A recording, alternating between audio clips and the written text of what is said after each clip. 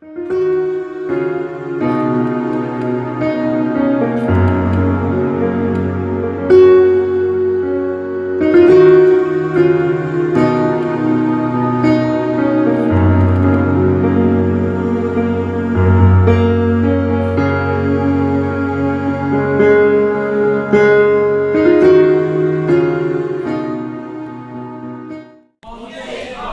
Dieu puissant, et rien ne peut s'opposer à la volonté de Dieu dans le ciel, sur la terre. Rien ne peut s'opposer à la volonté de Dieu dans ma vie. J'ordonne que Satan lâche prise ma vie conjugale. J'ordonne que Satan lâche prise la vie de mon mari ou de ma femme. J'ordonne que Satan lâche prise ma vie sentimentale. Au nom de Jésus, j'ordonne que Satan lâche prise mes émotions. Au nom de Jésus, j'ordonne que Satan lâche prise ma conduite dans le mariage. J'ordonne que tous les assauts de Satan contre mon couple soient sans effet. Au nom de Jésus-Christ. Amen. Acclame très fort le Seigneur pour toi. Alléluia.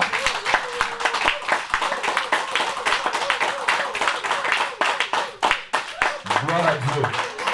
Amen. Nous allons conclure notre séminaire en voyant ce que c'est que le divorce et le remariage. Amen. C'est un thème qui est très très sensible. Et lorsqu'on n'a pas bien étudié le thème, on peut passer à côté. Et les gens en ont fait des dogmes. Alléluia. Les gens en ont fait leur sauce.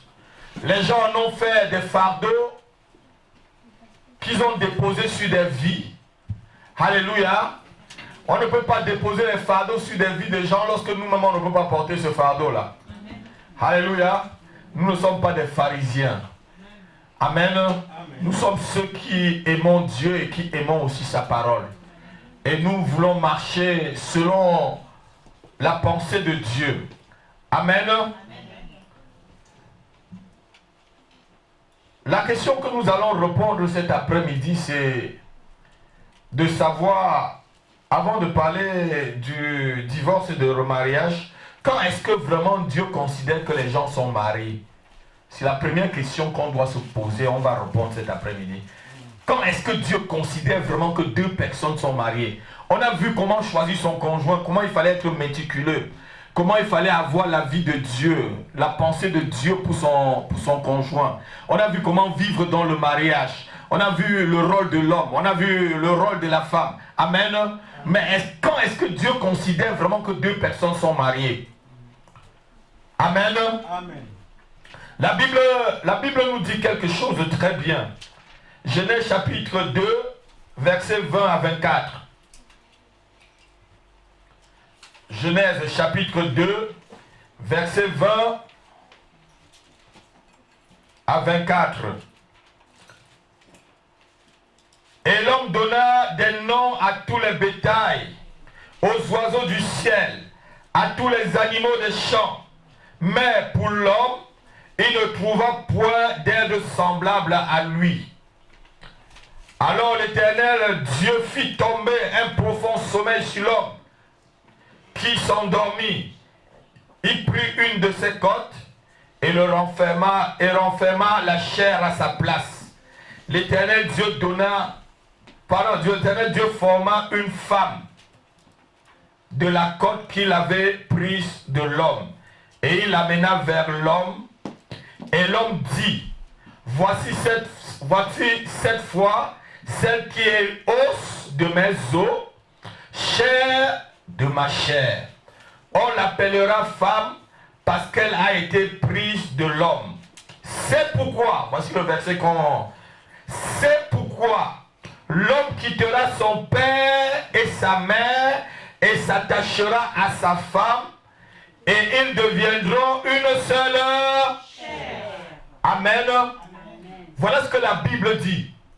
C'est pourquoi l'homme quittera son père et sa mère et s'attachera à sa femme, et les deux deviendront une seule chair.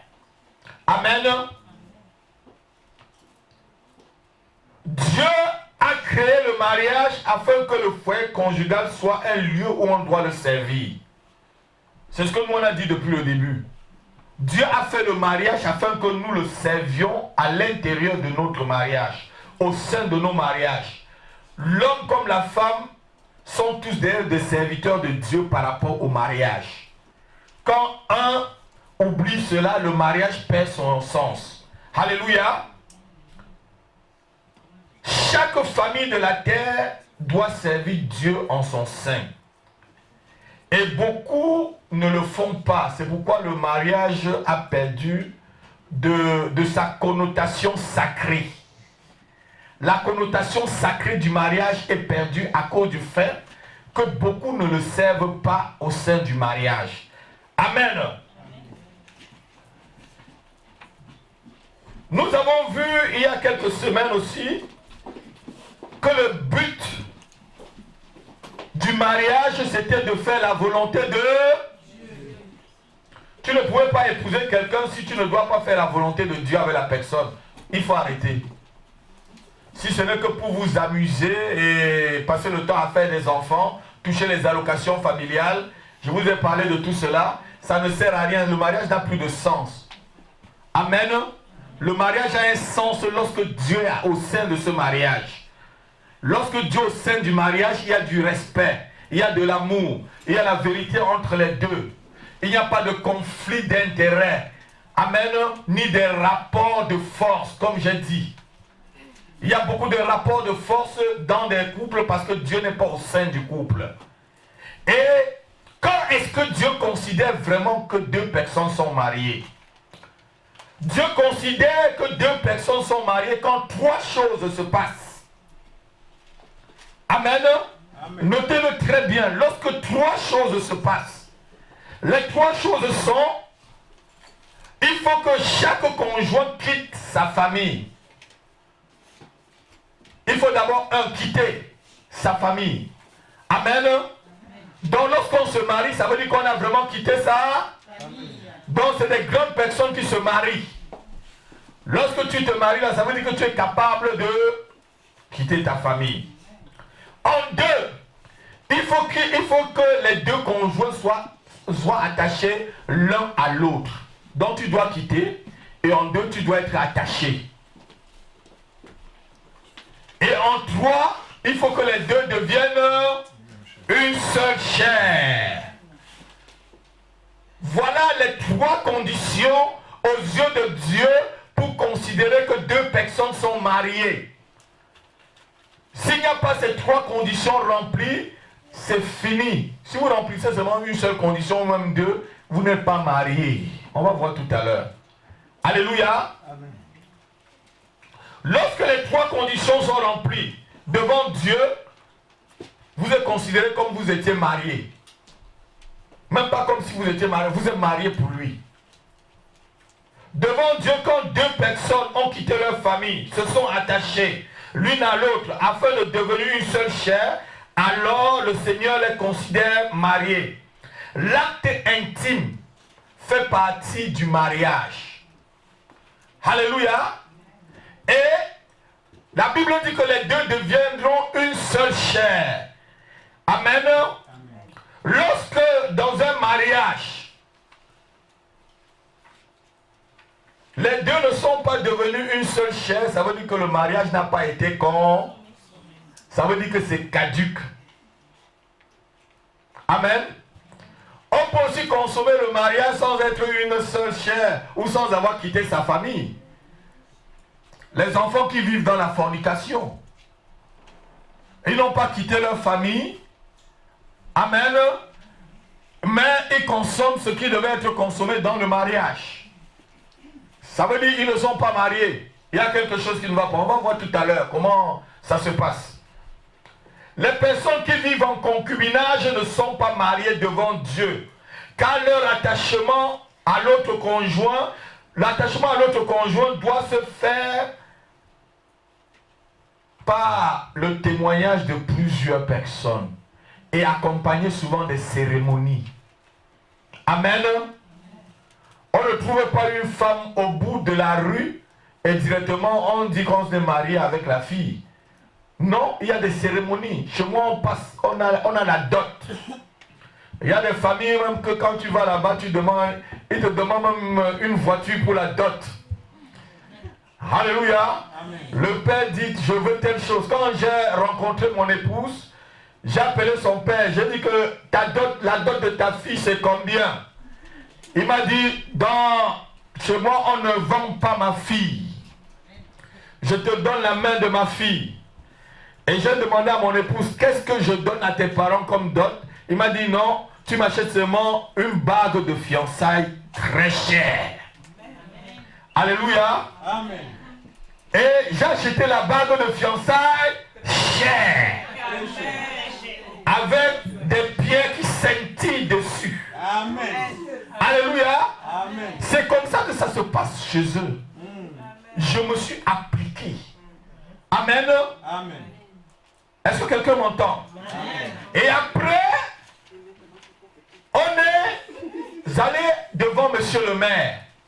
Il y avait ma famille, il y avait aussi sa famille et des amis. Après monsieur le maire, on est allé à l'église. Il y avait les frères et sœurs de l'église et les pasteurs qui ont confirmé l'affaire. Ainsi, Dieu aussi confirme. Amen. Le concubinage ne fait pas partie du mariage. Le concubinage, c'est vraiment une façon de contourner la volonté de Dieu.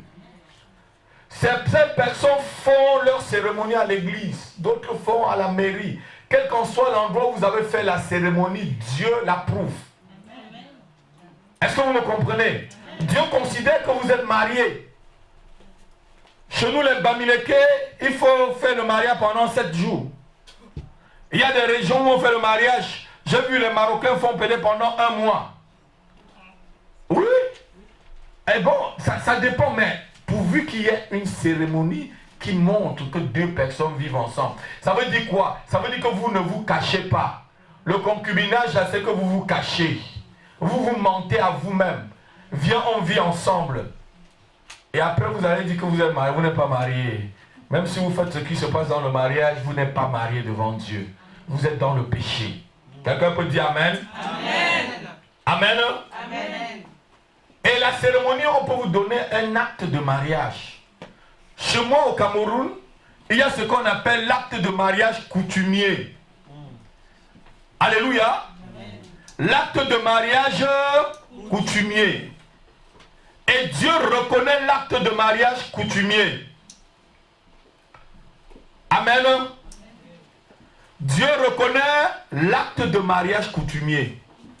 Ça veut dire quoi? Même si vous vous mariez et c'est le chef coutumier qui vous donne un acte devant Dieu, vous êtes... Je ne sais pas comment ça se passe chez vous en Côte d'Ivoire. Je ne sais pas comment ça se passe au Congo. Je ne sais pas comment ça se passe dans d'autres pays. Amen. Amen. Mais l'acte de mariage coutumier est reconnu comme un mariage. Est-ce que quelqu'un m'entend cet après-midi? Donc Dieu a laissé le choix à chacun de faire la cérémonie comme il veut. J'ai vu chez les Ivoiriens, les gens mettent des boubous comme des princes et des princes. Ils mettent des foulards, certains mettent des attaques. Dieu reconnaît.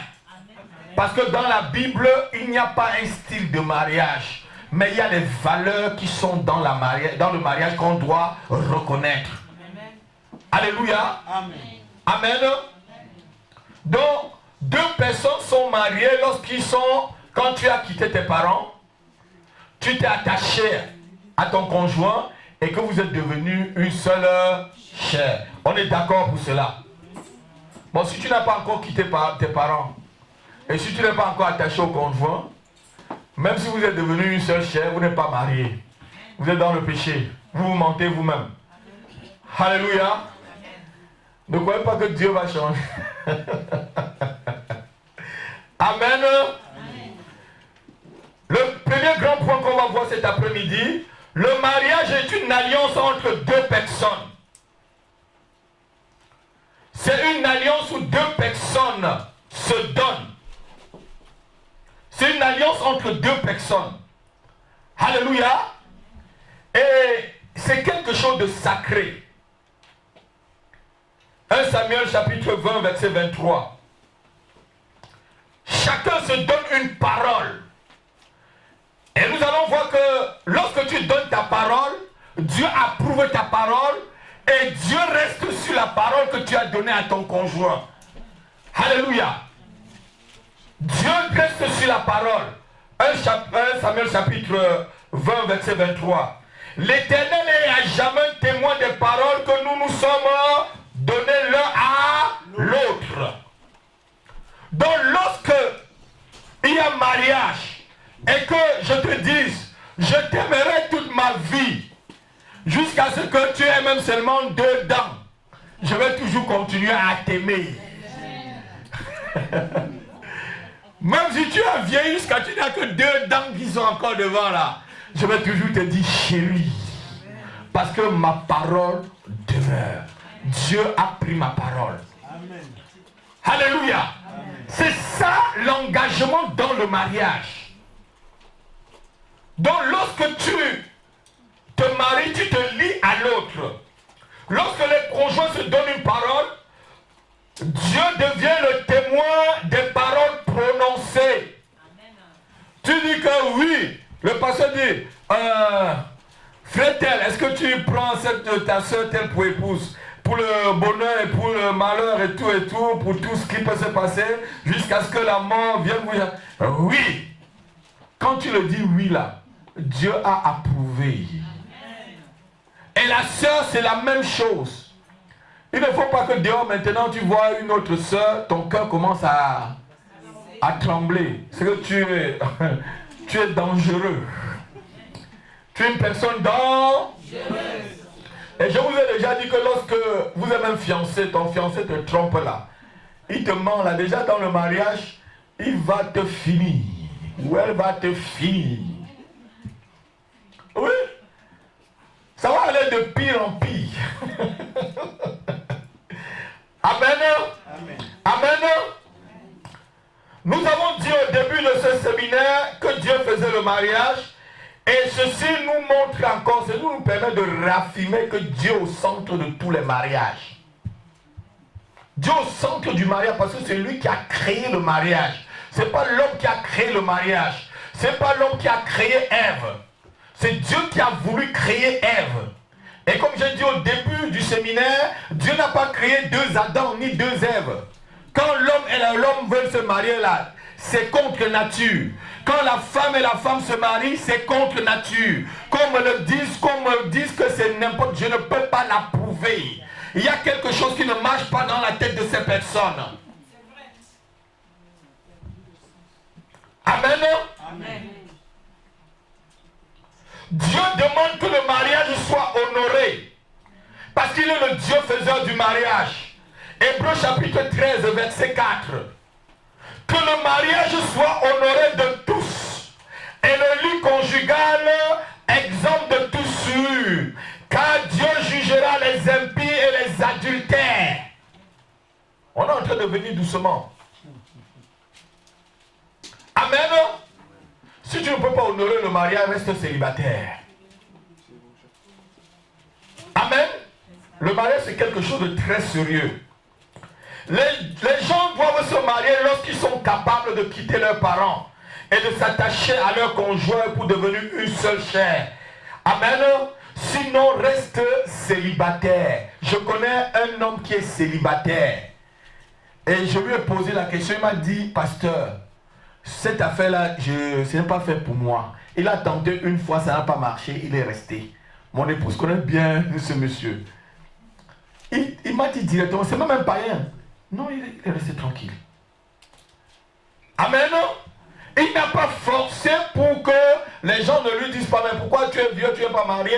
Non, non, non, non. Il sait que ce n'est pas son affaire. Et il me dit, je reste célibataire, pasteur. Un homme n'épouse pas une femme seulement pour qu'elle puisse perpétrer sa lignée. Vous savez, amen. On n'épouse pas une femme aussi parce qu'elle s'est seulement bien préparée. Quand j'ai amené mon épouse au Cameroun, on a dit, est-ce qu'elle s'est préparée le cuit? Parce que le cuit, c'est la nourriture traditionnelle de chez moi. Je dis à ma tante là que même si elle ne connaît pas préparer le cuit, je l'aime. Point. Amen. Je dis même si elle ne connaît pas préparer le cuit, je l'aime. Est-ce qu'elle peut te piler le tarot? Je dis même si elle ne pile pas le tarot, moi je vais acheter le mortier. En parlant du Cameroun, on a acheté notre mortier. Je vais l'aider à piler. Parce que ce n'est pas le but pour lequel je l'ai mariée. Il y avait un autre but.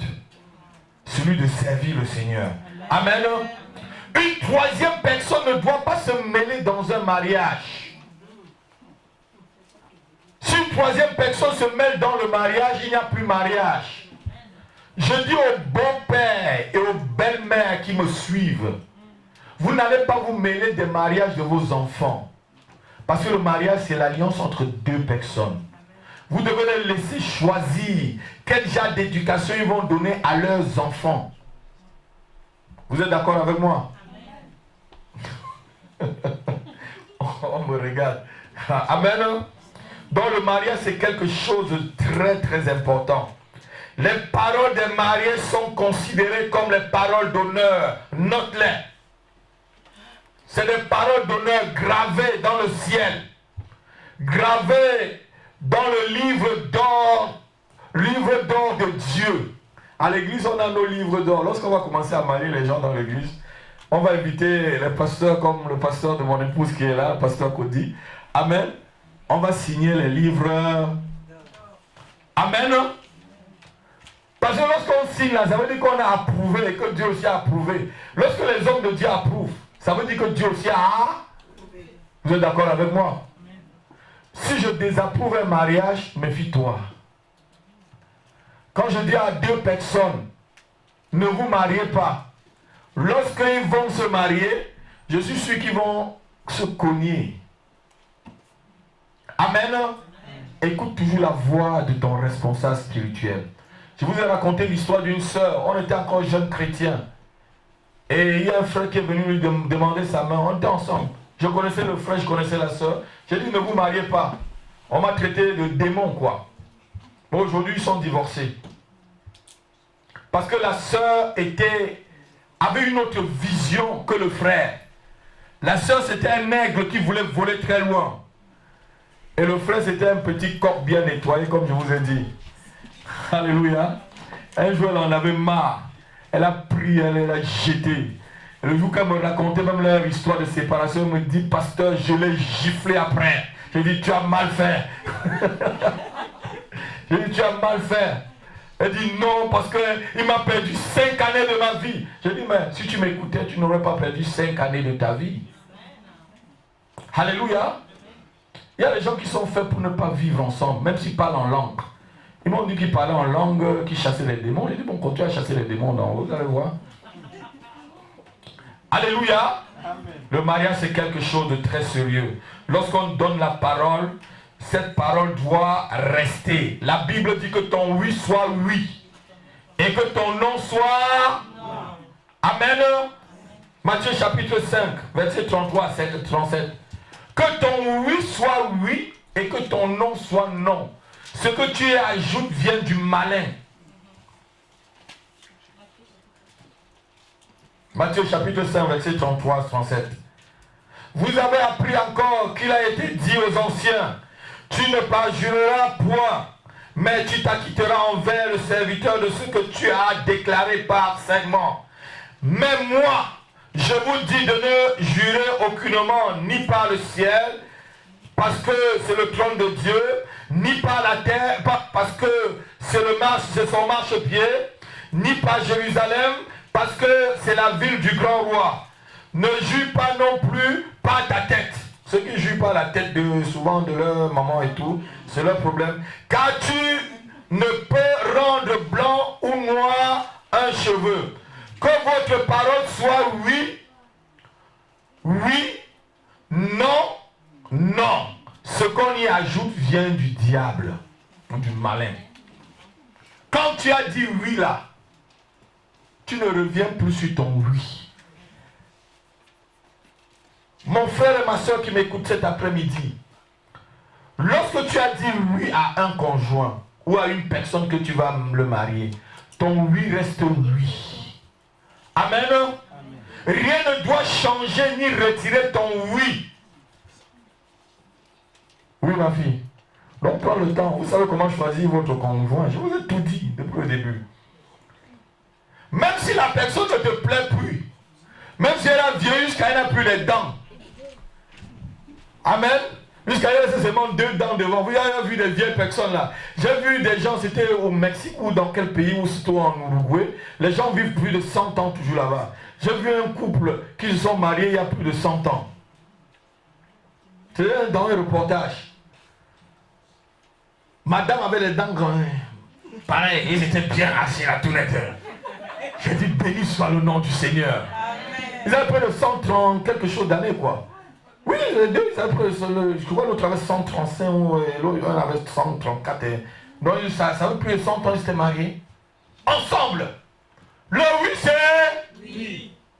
Ton oui c'est oui ma soeur. Ton oui c'est oui mon frère. On ne goûte pas pour laisser après.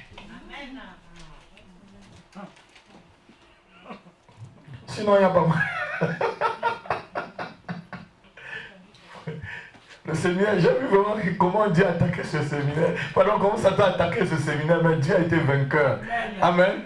Parce que, c'est-à-dire, on est en train de prendre le mariage. Le mariage n'a plus de valeur dans cette nation.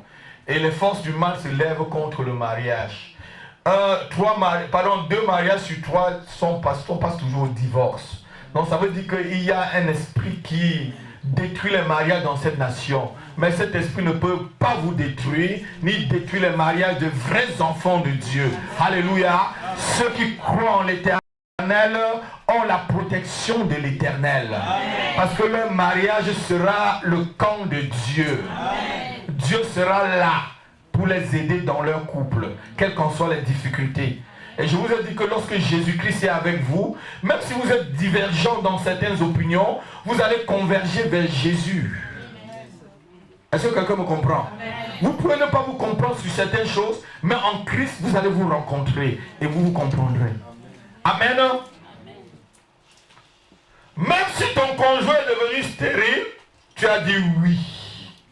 Même s'il a rétrogradé, tu as dit oui. Peut-être en l'épousant, elle priait, on dirait que c'est la Vierge Marie qui est sortie de la tombe. Et quand elle est arrivée à la maison, amen. Je vous ai dit, ne vous mariez pas parce que vous brûlez. Vous allez avoir un bloc de glace à la maison après. Hein? Que ceux qui ont des oreilles, vous m'entendez. Ne vous mariez pas parce que vous brûlez, vous allez avoir un bloc de glace à la maison. Qui ne peut même plus vous réchauffer. Et vous allez avoir bien froid. Alléluia. L'engagement d'un enfant de Dieu à un autre enfant de Dieu est contraignant en ce qui concerne le mariage. Je suis en train de parler des chrétiens, là, les païens font ce qu'ils veulent. Ce que je dis aujourd'hui, je le dis pour les chrétiens, pour ceux qui sont vraiment des vrais chrétiens. Parce qu'il y a des crétins. Il y a des gens, au lieu d'être en Christ, ils sont en crise. Mais je parle de ceux qui sont en Christ. Amen. Lorsque tu dis à ta soeur ou à ton frère oui, ton engagement est contraignant. Tu ne dois pas dire oui et demain tu changes de décision. Est-ce que si Dieu te dit oui et demain il change de décision, tu vas être content ou contente? Non. Donc, Dieu est au centre de ce que tu dis. Ton non sera... Ça dit, tu peux dire non seulement quand peut-être les parents ont dit non. Parce que lorsque les parents, une des familles dit non, priez jusqu'à ce que Dieu puisse les révéler. Pour qu'ils acceptent votre mariage. Ne vous mariez pas en étant rebelle à vos familles, ni à vos responsables spirituels, est-ce que vous allez porter la peine? Si vous venez ici avec quelqu'un, je vous dis non. Ou si vous voulez vous marier entre vous dans la salle là, je vous dis non. Écoutez ma voix, ne quittez pas l'église. Ne fuyez pas. Parce que vous allez vous marier ailleurs, ça va vous rattraper, votre péché va vous rattraper, vous allez... Amen. On ne change pas de décision. Dieu attend que ses enfants deviennent vraiment des personnes intègres. Ce que Dieu attend de nous, c'est que nous devenons des hommes et des femmes intègres. Pas des gens qui disent quelque chose, ils changent après. Il y a beaucoup de schizophrènes dans l'église. Il y a beaucoup de schizophrènes dans le milieu évangélique. Ils te disent des choses, ils disent le contraire après. Ils te disent une chose, ils ne vivent pas la chose. Dieu veut que lorsque tu dises quelque chose, tu vis par rapport à ce que tu dis. Je ne veux pas vous dire un truc et je vis le contraire par derrière. Amen. C'est que je ne suis plus un exemple. C'est pourquoi il n'y a plus beaucoup d'exemples. Et comme les gens aiment bien le désordre, on aime le chassailler. Amen. L'opposition des responsables spirituels est une indication de la volonté de Dieu pour ton couple. L'opposition d'un parent est une indication de la volonté de Dieu pour ton mariage. Si tu veux te marier et qu'un des responsables dit non, tu arrêtes. Lorsque j'ai rencontré mon épouse, dans l'église où elle était responsable des enfants. Je suis allé voir le pasteur qui la chapeautait, dit que je vais l'épouser. Il m'a dit non. J'ai dit à mon épouse, ça s'arrête là. J'ai dit, on va prier. J'ai dit oui. Et lui-même, je crois, 2 mois, 3 mois après, il m'a cherché avec le téléphone partout. Il a appelé des gens. Dieu m'a parlé. Dieu m'a parlé. Allez me chercher Dieu donné. Dieu m'a parlé. Amen. J'ai dit au Seigneur, mais si c'est toi qui me l'as dit, dis-lui, même si c'est un païen. Vous savez, Dieu parle même aux païens. Hein? Amen. Dieu parle aux païens. Dieu a parlé à Balaam, non? C'était un sorcier. Mais il écoutait Dieu, il dit, Balaam, celui qui a vu Dieu, qui a entendu Dieu. Amen. Mais au fait, qu'est-ce qu'il faisait? Tous ceux qui désobéissent à la volonté de Dieu sont des sorciers. C'est pour ça que je l'appelle sorcier. Dieu te dit un truc, tu désobéis, c'est que tu es un sorcier. Amen. Alléluia. Amen. Est-ce que quelqu'un a compris comment on est vraiment marié maintenant là? Est-ce qu'on a compris ce que ça veut dire être marié? Bon, on va voir maintenant ce que c'est que le divorce. Qu'est-ce que la Bible parle du divorce? Ce que la Bible dit du divorce. Ça, c'est maintenant le point saillant. Mais avant de continuer, avant de parler du divorce, je vais vous dire quelque chose. Le mariage, ce n'est pas une prison. Est-ce que quelqu'un m'a bien entendu? Le mariage n'est pas... Voilà. Le mariage, c'est un lieu où doit régner la paix, l'amour, la joie. Alléluia. Amen. La Bible nous raconte une histoire. Les pharisiens qui sont venus voir le Seigneur et l'aborder par rapport à ce sujet-là. On va voir les positions et on va voir ce que Dieu dit par rapport au divorce. Moi, je n'ai rien à ajouter et je n'ai rien à enlever. Je reste sur la position de Dieu. Que ça plaise à quelqu'un ou pas, je reste sur la position de Dieu. Alléluia. Matthieu chapitre 19, versets 3 à 9.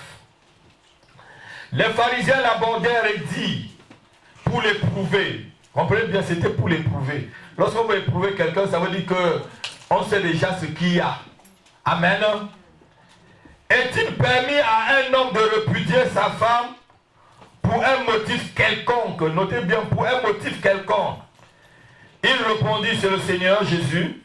N'avez-vous pas lu que le Créateur au commencement fit l'homme et la femme, et qu'il dit, c'est pourquoi l'homme quittera, ici le verset, le Seigneur cite le verset qu'on venait de voir dans Genèse chapitre 2, c'est pourquoi l'homme quittera son père et sa mère et s'attachera à sa femme et les deux deviendront une seule chair.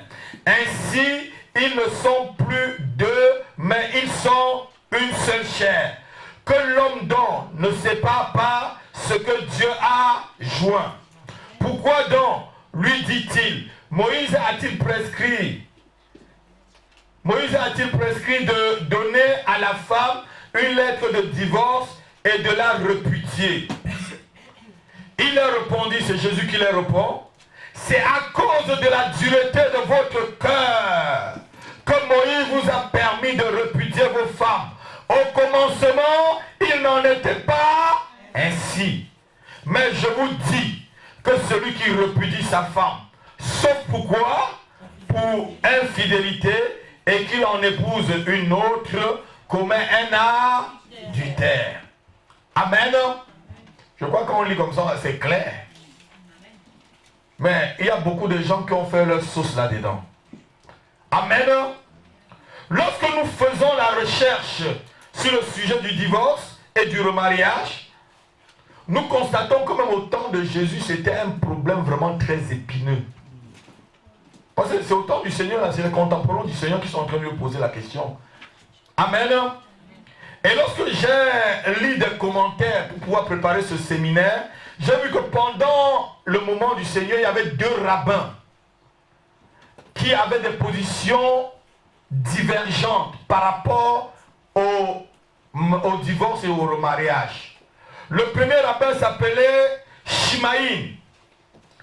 Pour lui, il interprétait la parole de Moïse comme le Seigneur venait de le dire. On ne pouvait pas répudier sa femme pour un motif quelconque. C'est pas parce que ta femme commence à avoir des rides que tu vas la chasser. Ou c'est pas parce qu'elle ne te fait plus les feuilles de manioc.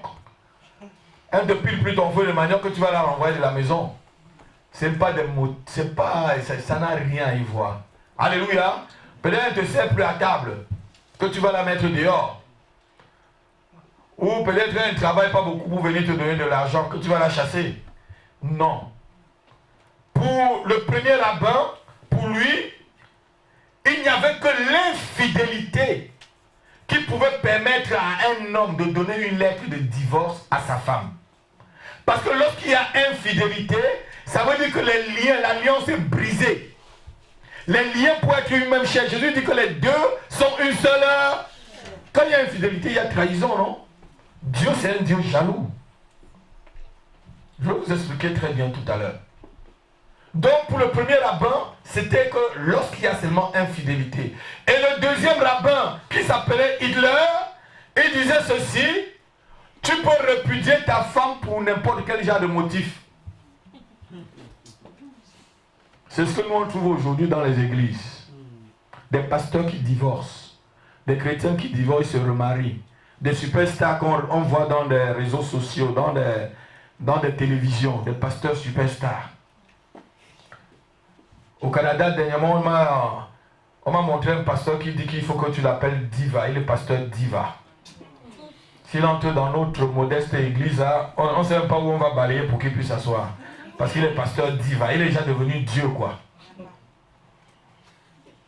J'ai dit qu'il va en enfer, celui-là. Je lui ai dit qu'il va vraiment en enfer. J'ai dit au pasteur là, dis-lui qu'il est en train d'aller en enfer. Alléluia. Des gens comme ça peuvent divorcer, se remarier et tout.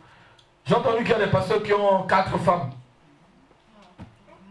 Et qui demandent, qui dit des choses. Quand on est marié une fois pour toutes. Notez-le.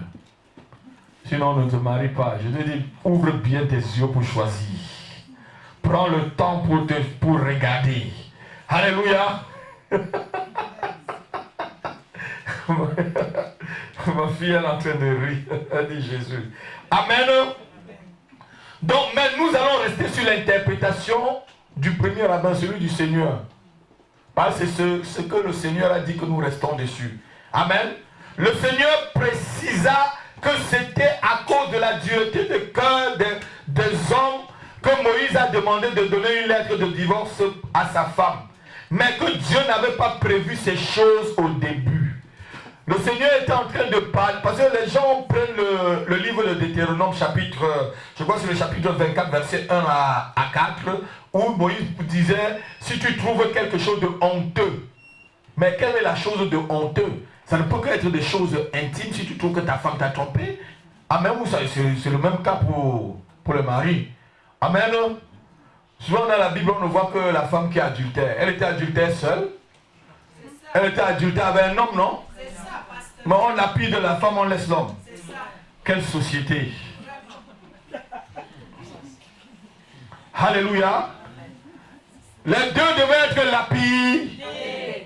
Mais on prend la femme, on la lapide. Et il croyait que le Seigneur devait condamner la dame, non? Alléluia. L'autorisation de Moïse n'est pas généralisée ou une suppression des principes divins. On dit bien, Moïse les a autorisés. On autorise dans certains cas. Ça veut pas dire que la loi de Dieu est supprimée. Dieu, il dit bien, c'est à cause de la dureté de votre cœur que Moïse vous a autorisé. Donc ça veut dire que dans les desseins de Dieu, Dieu est le divorce. Dieu n'aime pas le divorce. Hein? On regarde. Vous qui n'êtes pas encore mariés, là, prenez bien le temps. La balle est encore dans votre camp. Nous là, on a pris les yeux. Moi, mes yeux sont ici. Alléluia. Mes yeux sont branchés là. Et c'est là. Amen. Mes yeux ne se promènent plus. Mes yeux sont là. Alléluia. Amen.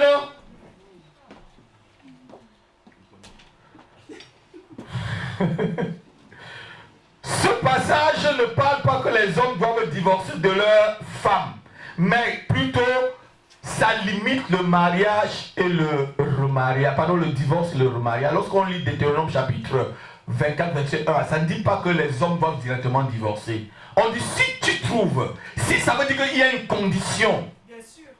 C'est conditionnel. Si tu trouves quelque chose de honteux, mais aussi si la femme trouve quelque chose de honteux chez son mari, c'est nous les femmes qu'on vise. On visait toujours les femmes. Oui, c'est parce que aussi les femmes nous ont amené, elles ont amené l'humanité au péché. Hein. Si Ève n'avait pas pris le fruit, elle n'avait pas mangé. Hein. Je crois qu'Adam était dans le jardin seul, non? Il savait bien qu'il y avait le fruit, il n'est jamais passé par là. Je crois quelque part. Je ne suis pas misogyne. Alléluia! Alléluia! Nous constatons que Dieu ne reconnaît aucun divorce. Dieu ne reconnaît aucun divorce. Et si Dieu ne reconnaît aucun divorce, chacun doit rester dans son couple. Tiens bien ton couple, tiens bien ton mariage. Garde bien ton mariage. Amen. Nous devons avoir l'humilité de reconnaître que le divorce, c'est le pis aller. C'est lorsqu'on a épuisé toutes les cartes. Amen.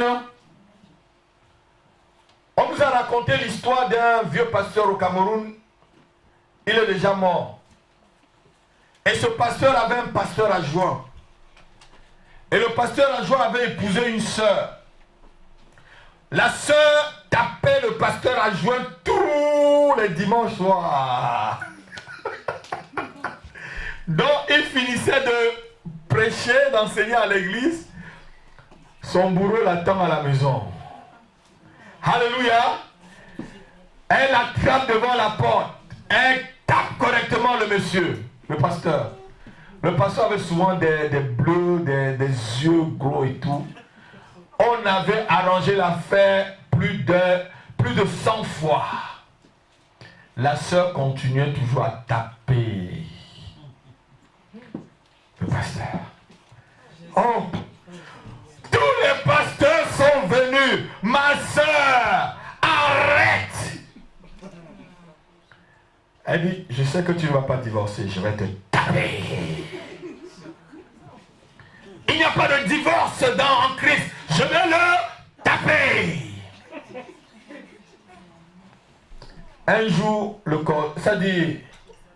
collège pastoral a dit au pasteur suppléant, laisse la fille du diable partir.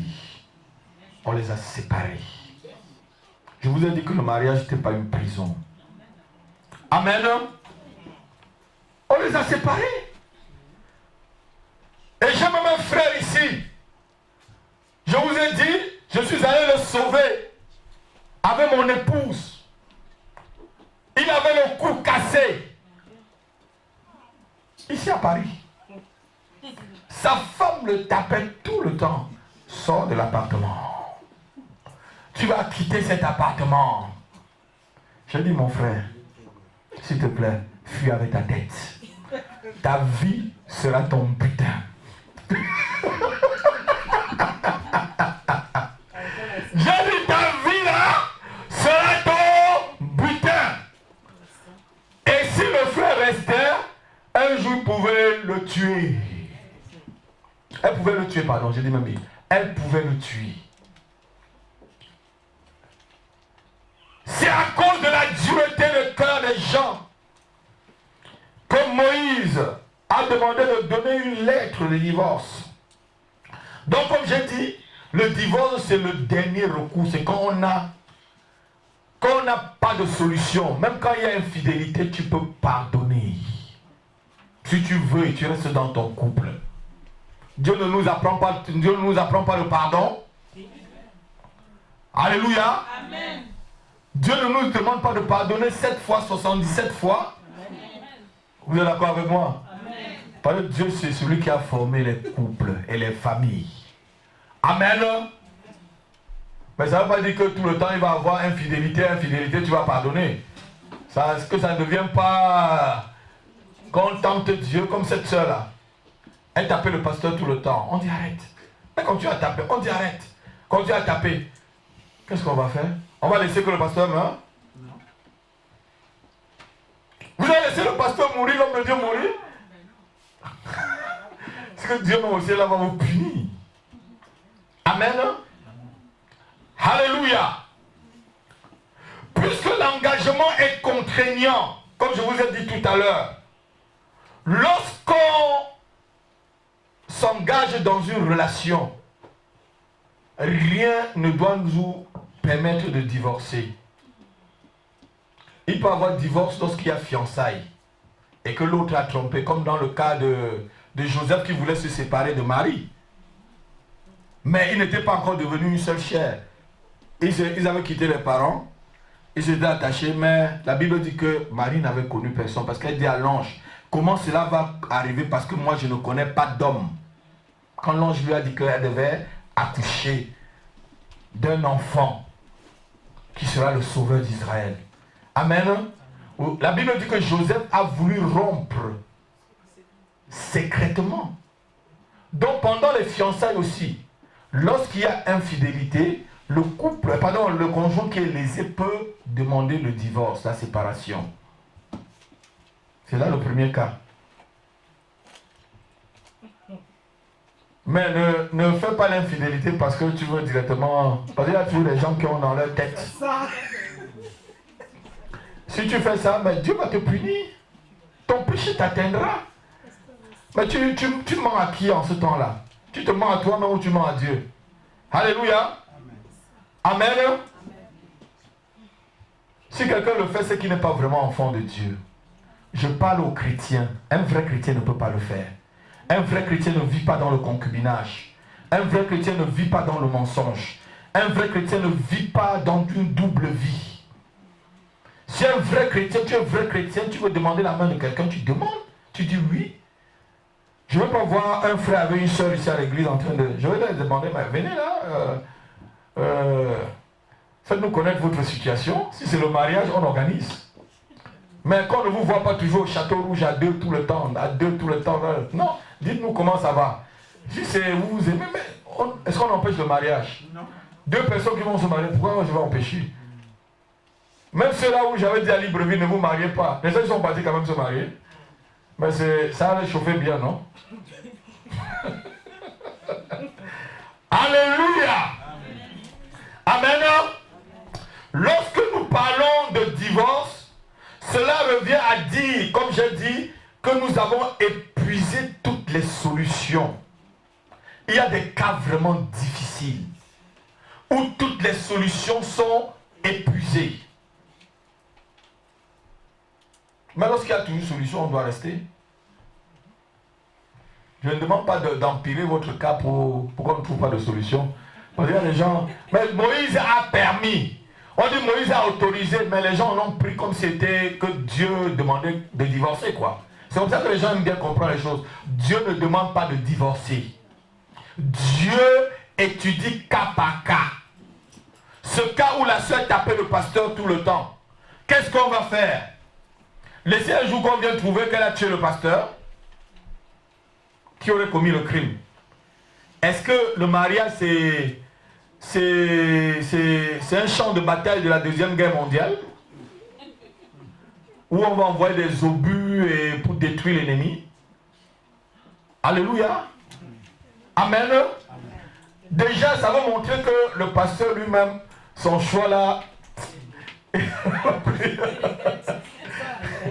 Amen. Mais c'est parti trop loin. C'est parti trop... Même si tu as fait un mauvais choix et que vous montez, vous descendez, vous tombez, vous montez, vous descendez, vous allez arriver à la fin ensemble. Tu vas porter ta croix. Amen. Ma fille, tu porteras ta croix. Alléluia. Beaucoup de ceux qui se disent vraiment enfants de Dieu ne le sont pas par leur comportement et leur manière d'agir. Plusieurs personnes revendiquent être chrétiens, mais ils ne font pas vraiment ce que la parole de Dieu demande de faire. Ils n'ont pas le sens de l'honneur et de l'intégrité. Ces gens-là prennent des décisions, comme je vous ai dit, ils changent. Ceci explique pourquoi on peut avoir dans beaucoup d'églises aujourd'hui les divorces et les remariages. On m'a parlé d'une église à Saint-Denis où vous tous vous connaissez. On divorce, on se remarie avec une même soeur dans la même église. Vous connaissez tous l'église. On m'a expliqué quelqu'un dans cette église que nous on connaissait, qui a divorcé, qui a épousé encore une soeur dans la même église. J'ai dit diable, synagogue de Satan. C'est ce que la Bible appelle vraiment la synagogue de Satan. Le pasteur me regarde. Dans la même église. Je dis, mais vous avez appelé ça église, pardon. Ne me parlez même plus. Ça dit, je dis que des choses comme ça souvent salissent mon oreille. J'ai envie que mon oreille soit bien filtrée pour que j'écoute le Saint-Esprit. Alléluia. Amen. Beaucoup de gens qui disent qu'ils sont chrétiens ne le sont pas du tout.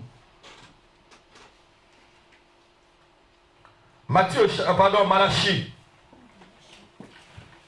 Chapitre 2, verset 14 à 16. Écoutez un peu la position du Seigneur par rapport au divorce.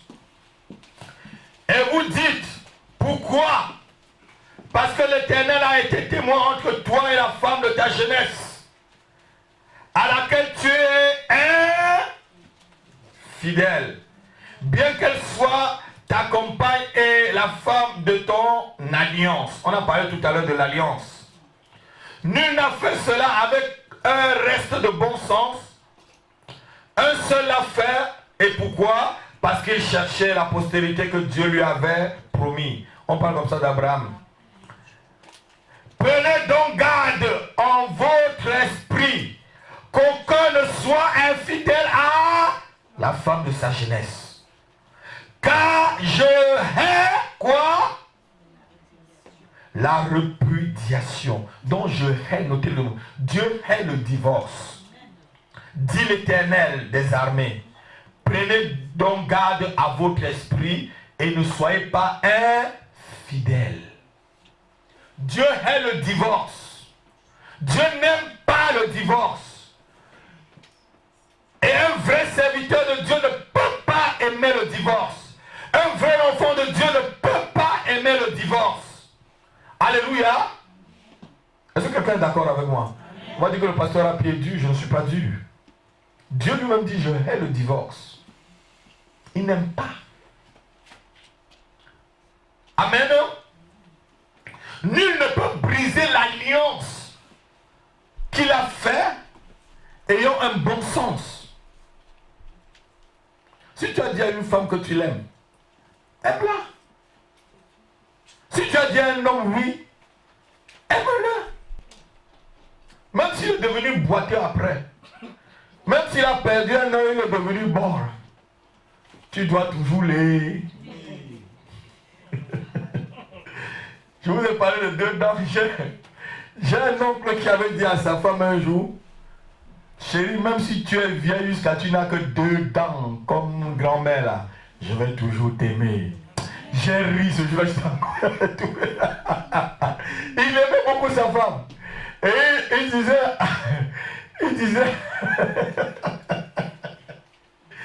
à ma femme, si on met ma femme, on attache ma femme en haut du manguier, je resterai en bas et je dormirai en bas jusqu'à ce qu'elle descende. Il avait beaucoup d'amour pour sa femme. Amen. C'est ça le sens du mariage.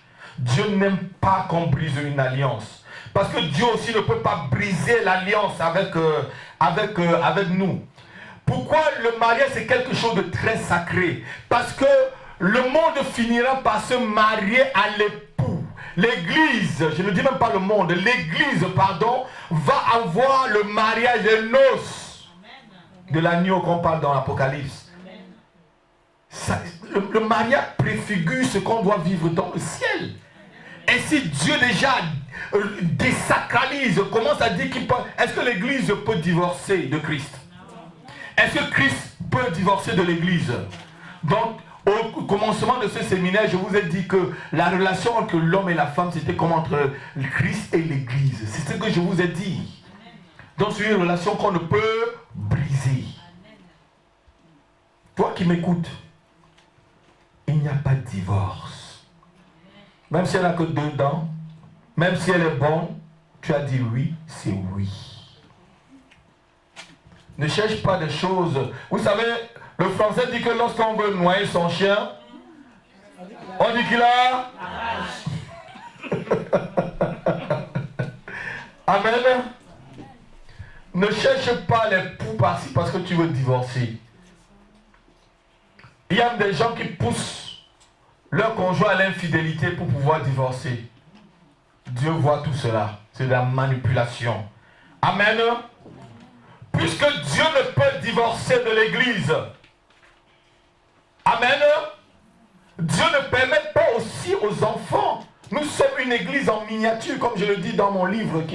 Chaque chrétien, c'est une église en miniature. Donc lorsque tu te maries là, c'est le lien qui lie Christ à l'église qui te lie aussi à ta femme ou à ton mari. À chaque fois quand les gens ont banalisé le mariage, ils ont toujours payé le prix et un lourd tribut. En grand 3, on va voir une loi avant de conclure. La loi du mariage. Il y a une loi dans la Bible qu'on appelle la loi du mariage. On va aller très rapidement. Romains chapitre 7, versets 1 à 3. Ignorez-vous, frères, car je parle à des gens qui connaissent la loi, que la loi exerce son pouvoir sur l'homme aussi longtemps qu'il vit.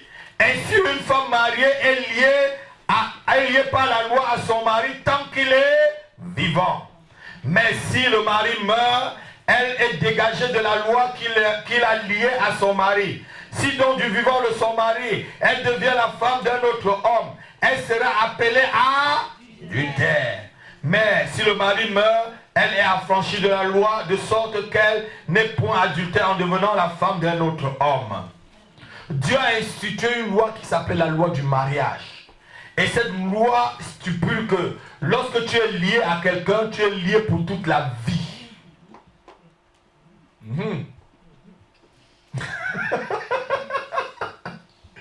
Alléluia. Frère, tu es lié à ta femme pour toute Ma soeur, tu es lié à ton mari pour toute la vie. Dieu parle ici aux gens qui connaissent la loi, donc je parle aux chrétiens. Le païen qui m'écoute, il fait ce qu'il veut. Mais je suis en train de parler aux... Paul dit bien, je parle aux gens qui connaissent la loi. Je vous parle parce que vous connaissez Jésus. Alléluia. Si le mari meurt, la Bible nous dit, la femme devient libre. Ou si la femme meurt, vice versa, le mari devient libre. La Bible est claire. Nous ne pouvons pas nous séparer de notre femme ou de notre mari tant que ce dernier est vivant. Si nous le faisons, nous serons tout simplement vus comme une personne adultère aux yeux de Dieu. On a lu plus loin tout à l'heure dans Matthieu que l'homme ne sait pas point ce que Dieu a. Amen. C'est Jésus lui-même qui le disait. La loi du mariage interdit la séparation, de séparer ce que Dieu a uni. La loi du mariage nous pousse à nous poser une question qui va être la conclusion. Dieu permet-il de se remarier? Dieu permet-il vraiment de se remarier?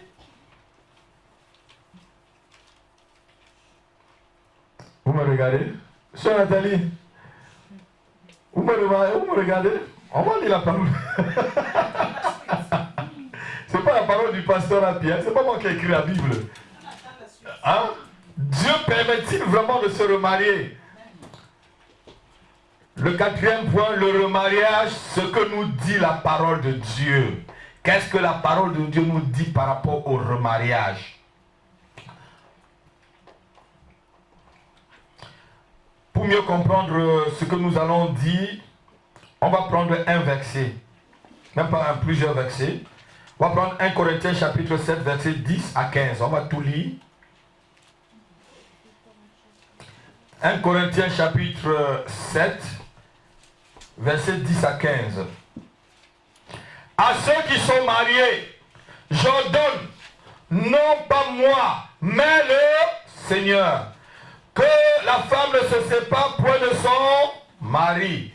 Si elle est séparée, qu'elle demeure sans se marier, ou qu'elle se réconcilie avec son mari. Et que le mari ne répudie point sa femme. Aux autres, ce n'est pas le Seigneur. C'est moi qui dis, si un frère a une femme non croyante, et qu'elle consent à habiter avec lui, qu'il ne la répudie point. Et si une femme a un mari non croyant, et qu'il consent à habiter avec elle, qu'elle ne répudie pas point son mari. Car le mari non croyant est sanctifié par la femme, et la femme non croyante est sanctifiée par le frère. Autrement, vos enfants seraient impurs, tandis que maintenant ils sont saints. Si le non-croyant se sépare, qu'il se sépare. Le frère ou la sœur ne sont pas liés dans ces cas-là. Dieu nous appelle à vivre en... C'est une bonne conclusion que l'apôtre donne là. Il conclut bien en disant, Dieu nous appelle à vivre en... Alléluia. Avant de parler du remariage, je dois vous rappeler encore une fois de plus que le mariage, ce n'est pas la prison. Et personne ne doit piéger un frère ou une sœur en Christ pour faire de ce dernier la proie ou l'objet de sa torture, comme on a vu tout à l'heure. Dieu refuse cela. Il y a une sœur qui a dit un jour à son mari, je veux te menacer comme je veux, parce que je sais que tu ne vas pas te divorcer. Je veux te faire ce que je veux. Ce n'est pas une sœur en Christ, ça. Tu viens devant moi, vous me connaissez très bien, vous savez comment je suis sévère. Vous ne pouvez pas venir devant moi pour me dire ça. Vous me connaissez bien, hein? Vous savez comment je vais vous répondre, hein? Je ne me blague pas avec des choses comme ça. Je vais te torturer comme je veux, parce que je sais que tu ne vas pas divorcer. C'est quel esprit qui anime une personne comme ça? Vous-même vous avez répondu.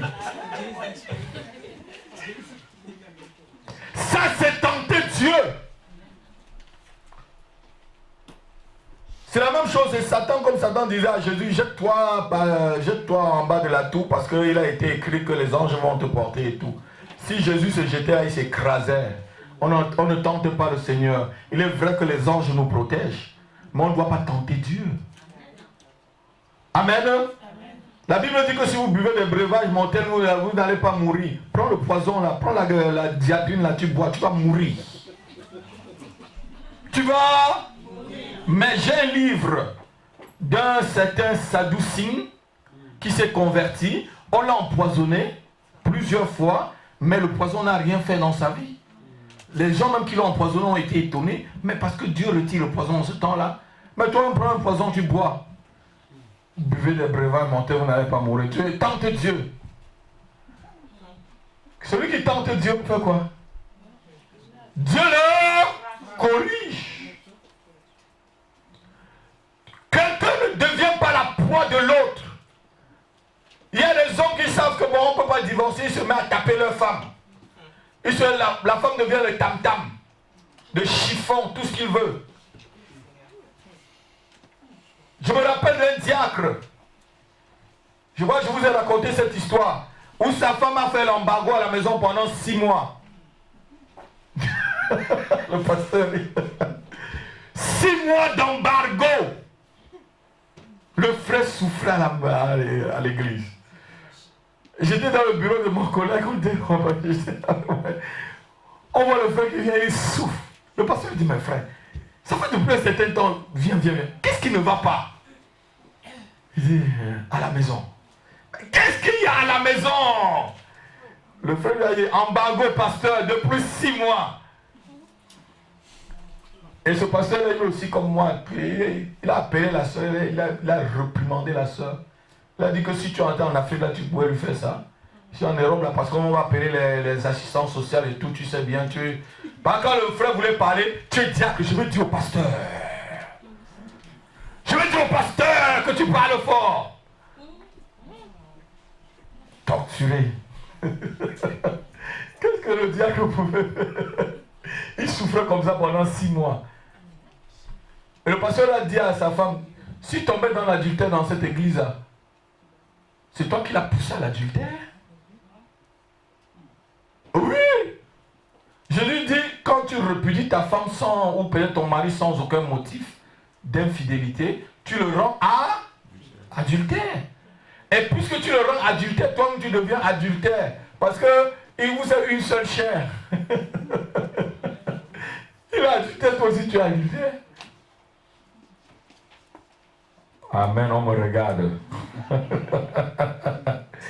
J'ai dit, personne ne doit prendre, après avoir écouté ce message, prendre l'autre comme sa proie dans le mariage. Le mariage, c'est un lieu, c'est un havre de paix. Personne ne doit être le martyr de la vie conjugale. Est-ce que quelqu'un note? On n'est pas des martyrs de la vie conjugale. Dieu n'aime pas le divorce, mais Dieu n'aime pas aussi ceux qui font du mal. Moi, je ne demande à personne de divorcer. Je demande que chacun porte sa croix. Je vous ai dit déjà au départ, quand tu fais un mauvais choix, porte ta croix. Tu vas la porter. Amen. Peut-être que tu as épousé un homme qui n'est pas croyant. Il veut vivre avec toi, tu restes avec la personne. Hein? Oui, tu ne le chasses pas. C'est ce que la Bible nous dit là, non? Si ton mari est non-croyant, mais qui consent rester dans le mariage, mais reste avec. Amen. Mais c'est quand le non-croyant commence à toucher à ta foi. Et il dit que ta foi là, ça me dérange. Ton Jésus là me dérange. Moi, je vais prendre mes affaires, je pars. S'il prend sa valise, il n'y a pas de problème. C'est ce que la Bible nous dit. Et ça dit, Paul a soulevé un problème ici que le Seigneur n'avait pas abordé en son temps. Le temps, ça dit un croyant qui est marié avec un non-croyant. Mais ça veut dire quoi? Les deux étaient tous non-croyants, ils sont venus dans le Seigneur ensemble. Un croyant ne doit pas épouser un non-croyant. Si tu sors d'ici, tu vas chercher un homme dehors pour l'amener là, parce que tu l'as vu beau dans le métro, je dis non. Ça veut dire que les deux étaient mariés avant de rencontrer le Seigneur. C'est ce que ça veut dire, non? Ah, vous comprenez très bien. Hein, j'apprécie votre intelligence et votre compréhension. Donc si tu as un mari qui est non-croyant et qui veut partir, mais tu ne dois pas attraper sa valise. Parce que la Bible te dit que tu n'es pas lié dans ce cas-là. Ça veut dire quoi? Ça veut dire que la loi du mariage qu'on a vu tout à l'heure ne te lie pas à la personne. Il a décidé de partir. Mais tu vas faire quoi? Tu vas attraper sa valise, reste là et tu insultes Jésus tous les jours. Regardez-moi. Tu vas dire reste là, insulte Jésus, insulte-moi tous les jours. Non, il va partir. Puisque là, vous vous êtes mariés sans connaître Dieu. Lorsque vous avez connu maintenant le Seigneur, vous êtes maintenant sous une autre couverture. Rien ne doit enlever Jésus dans ta vie, ma fille. Rien ne doit t'handicaper de prier Dieu. Lorsque ton mari ou ta femme t'empêche déjà de venir à l'église, il veut que tu ailles en enfer avec lui. Tu vas accepter d'aller en enfer avec lui. Il y a aussi les limites pour être une seule chair. Vous pouvez être une seule chair pour aller au ciel et être une seule chair pour aller en enfer. Vous avez déjà lu Actes chapitre 5, non? Ananias et Saphira. Hein? Ils sont morts les mêmes jours. Couple de menteurs. Alléluia. Amen. En revenant au remariage, nous avons déjà vu que Dieu est contre tout divorce et n'accepte pas les séparations entre ses enfants. On est clair là-dessus. Dieu n'accepte pas de séparation entre chrétiens. S'il y a un problème, pasteur, on cherche toujours à résoudre. Je vous ai donné des cas exceptionnels. Si le cortège pastoral a décidé ce jour-là de dire au pasteur adjoint, laisse la fille du diable partir, c'est parce qu'ils en avaient marre. Si elle était vraiment chrétienne, vous êtes d'accord qu'elle devait résoudre le problème, non? Elle devait laisser passer. Il peut y avoir une crise dans une famille. Mais si vous êtes tous chrétiens, je dis, vous pouvez être divergents dans certaines opinions, mais vous vous rencontrez en Christ. Parce que Christ est le ciment qui vous cimente dans le mariage. Même si les gens en Christ, vous ne vous rencontrez pas. Vous êtes Alléluia. Amen. La Bible ordonne que le chrétien ne se sépare pas de son conjoint.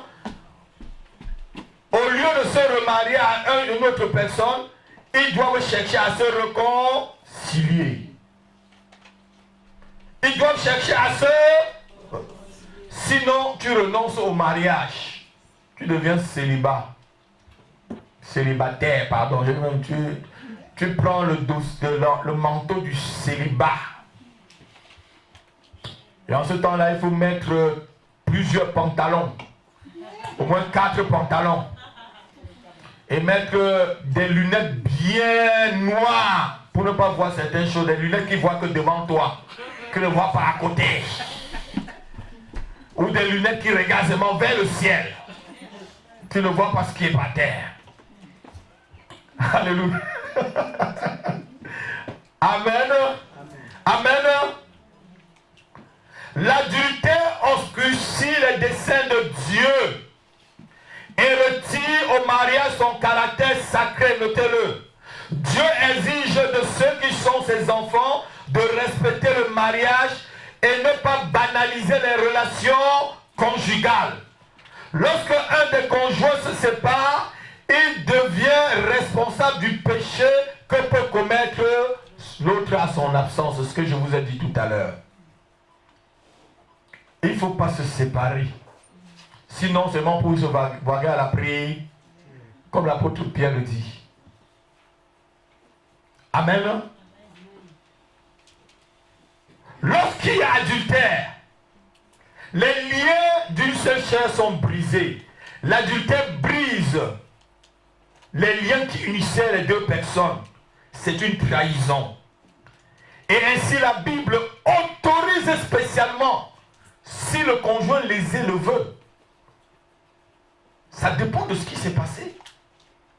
L'autre peut venir te dire vraiment pardonne-moi, ça n'arrivera plus jamais et ça n'arrive plus jamais. Amen. Par exemple, vous qui m'écoutez là, qui n'a jamais eu de pensée impure dans sa tête, qui lève les mains? Et Dieu dit que même si tu as seulement eu les pensées impures, toi-même tu es adultère. Amen. Ça peut être que c'est une faille pour la personne. Une fois, vous vous arrangez et vous reprenez vos vies que de détruire votre vie, la vie des enfants. Dieu a dit, Dieu a dit. Ici, je dis bien que c'était vraiment une exception lorsque toutes les solutions ont été déjà épuisées. Amen. On a vu des païens où l'adultère était flagrant, ils vivent encore. Bill Clinton et sa femme ne sont pas toujours ensemble là. Heureusement qu'elle est restée avec son mari. Parce qu'elle est malade maintenant là. Elle a fait un AVC. Mais vous n'avez pas vu à la télé? Vous ne suivez pas les infos. Pourquoi John Kerry a repris directement la place? Elle a été très épuisée. Cette dame a été tellement épuisée. Amen. Mais qui s'occupe maintenant d'elle? De son mari, non? Amen.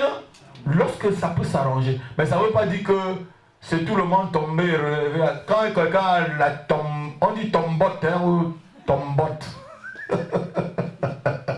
Si c'est un mari qui tombotte tout le temps, ou c'est une femme qui tombotte tout le temps, alléluia, amen. Parce que les gens qui ont déjà des pensées immorales, des attitudes immorales, lorsqu'ils entendent des choses comme ça, ils se mettent déjà dans, ils se disent, ah c'est permis. C'est pas permis. C'est pas permis. C'est des cas exceptionnels. Tu peux mentir et Dieu ne te fait rien. Ananias et Saphira ont menti et Dieu les a tués le même jour. Géhazi a menti, elle est devenue lépreux et toute sa famille. Tu ne sais pas le péché qui va t'amener à la mort. Amen. Amen. Donc lorsque les liens du mariage sont brisés, j'ai bien dit, celui qui a été lésé peut, s'il le veut, demander la séparation. Amen. Parce que lui n'est pas adultère en ce temps-là. Mais se remarier, mais dans le Seigneur, peut. Tu peux dire non, je reste aussi célibataire.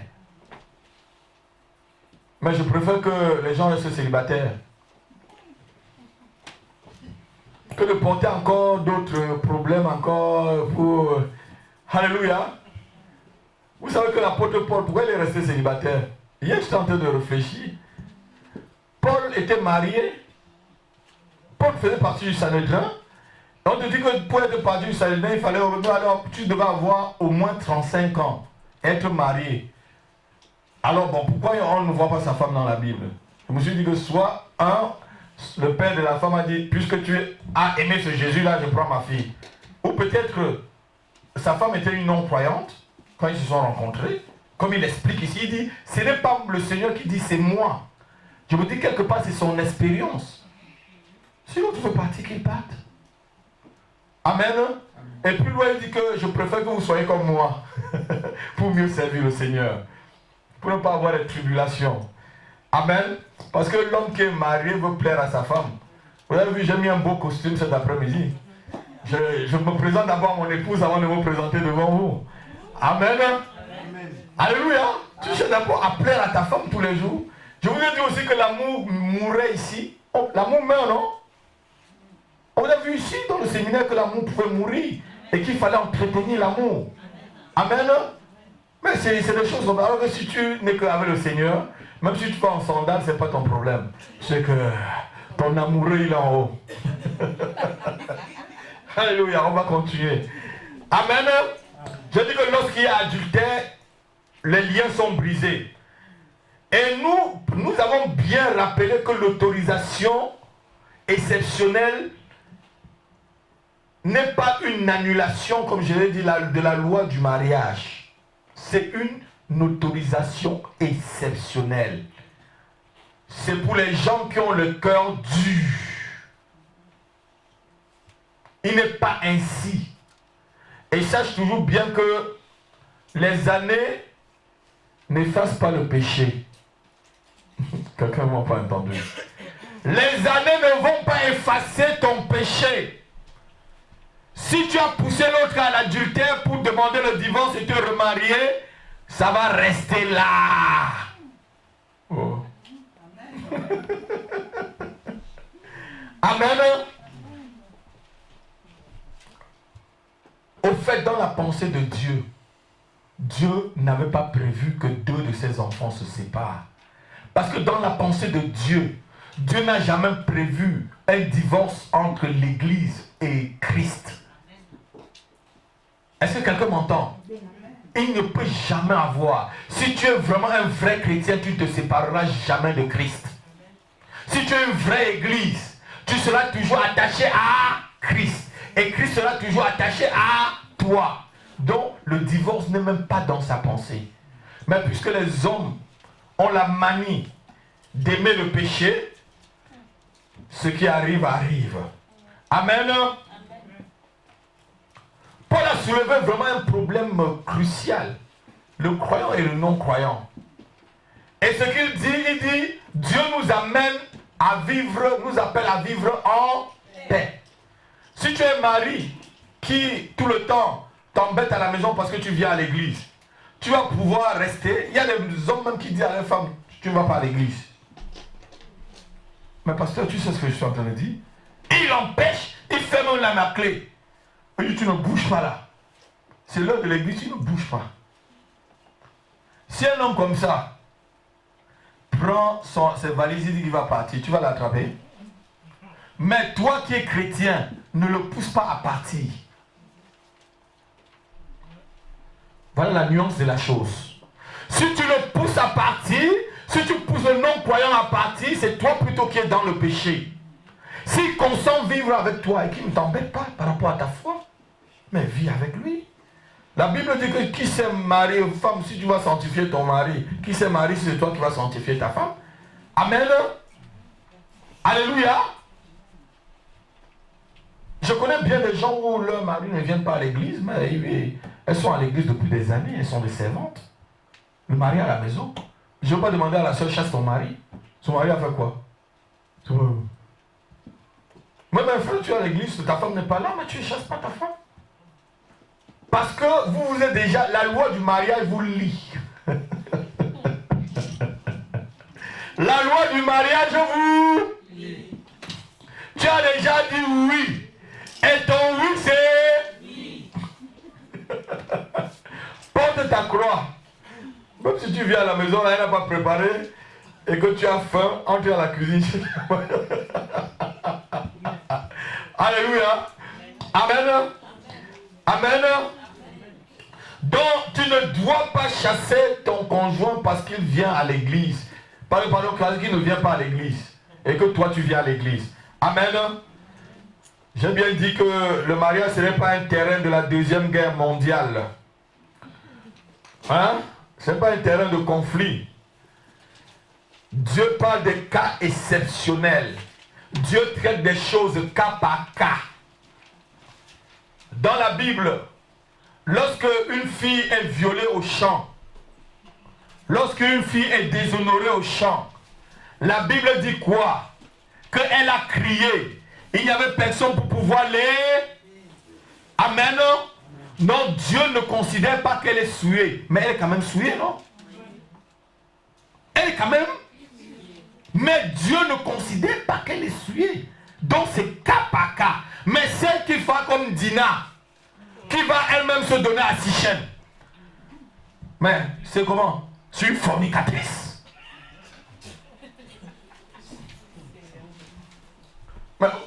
C'est une fornicatrice avec un fornicateur. Amen. Il faut appeler péché, péché. Les gens aiment les églises où on va adoucir, Je ne veux pas vous mentir. Je n'ai pas envie d'aller en enfer avec vous, j'ai envie d'aller au ciel. Et si quelqu'un veut aller au ciel, qu'il me suive. Amen.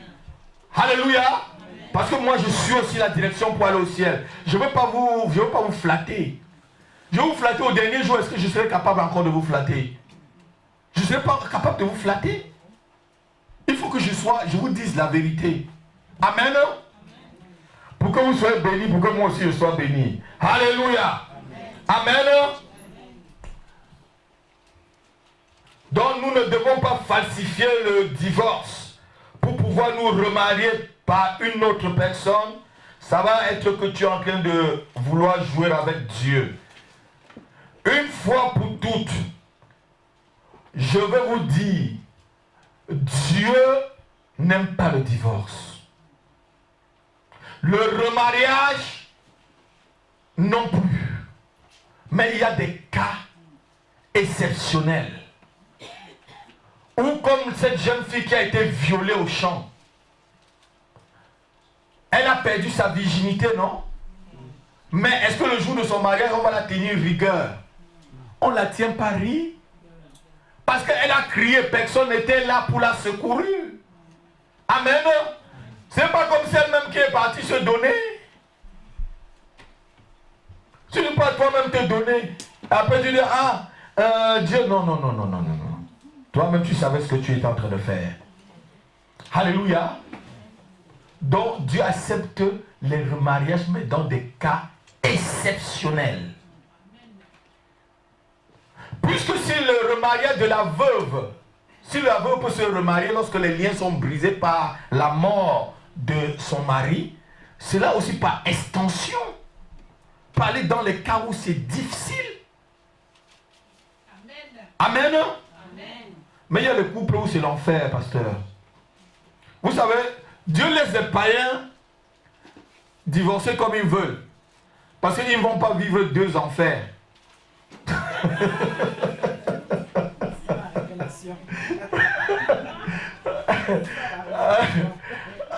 Je sais pas si quelqu'un a écouté la révélation cet après-midi. Dieu les laisse divorcer comme ils veulent et ils se remarient, ils divorcent, ils se remarient. Parce que Dieu ne veut pas les faire vivre deux enfers. Après là, ils vont aller en enfer. Il ne faut pas qu'ils vivent en enfer encore sur la terre. Alléluia. Mais toi, Dieu ne te permet pas. Le Seigneur sera là pour t'aider. Même s'il y a des moments difficiles que tu passes dans ton foyer, Dieu va venir. Si vous êtes tous des enfants de Dieu, vous trouverez toujours une solution. Vous êtes d'accord avec moi? Même le mot divorce, ça ne va pas passer dans ta tête. Jamais. Oui, ma fille. Jamais, ma fille. Alléluia. Donc nous pouvons récapituler qu'il y a 4 choses qui peuvent amener quelqu'un à se remarier. On a parlé 1.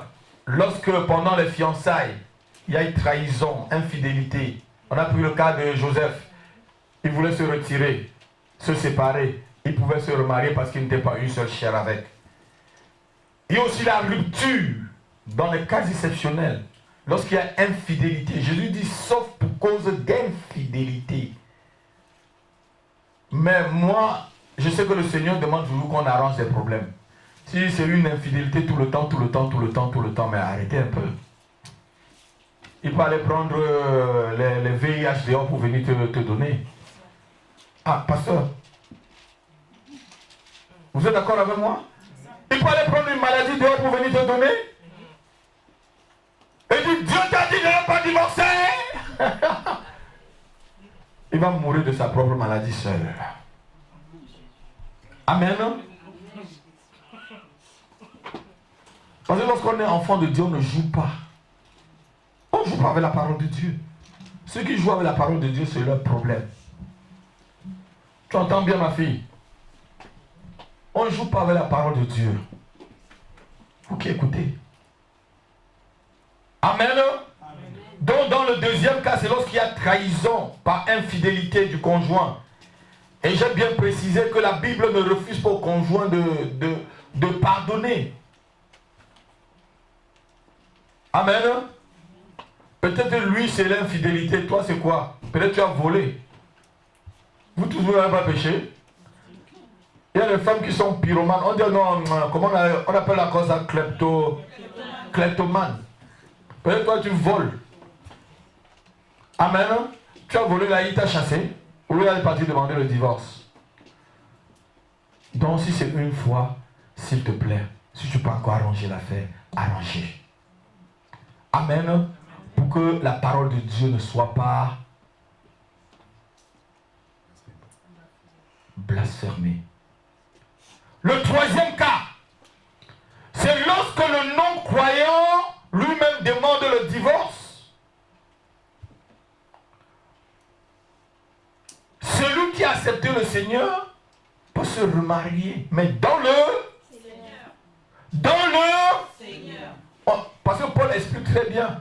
Il y a certaines personnes en ce temps-là qui croyaient qu'ils devaient aller dehors. Pasteur, chercher soit un homme, soit une femme, et les convertir. Tu ne peux convertir personne. Tu n'as pas la capacité de convertir les gens. Amen. Si tu avais cette capacité, on devait déjà casser la salle là et casser partout ici pour que les gens viennent. C'est Dieu qui amène et c'est Dieu qui attire. Ne crois pas que tu es plus fort. Amen. Amen. Et le dernier cas, le quatrième cas, lorsque l'un des conjoints meurt, le conjoint vivant peut se remarier sans être traité d'adultère. Voilà les cas que j'ai trouvés dans la Bible. Et j'espère que j'ai donné comme le Seigneur me l'a révélé. Si quelqu'un va ajouter quelque chose, c'est son problème. Si quelqu'un veut torturer une parole que j'ai dit, c'est son problème. Amen. Si quelqu'un veut torturer le sens de ce que j'ai dit, c'est son problème. Ça ne m'engage pas. J'ai bien dit tout ce que le Seigneur dit par rapport au divorce et au remariage. Amen. Le mariage n'est pas une prison. On peut se lever cet après-midi, on va prier. Tu vas te lever, tu vas prier. Tu vas prier.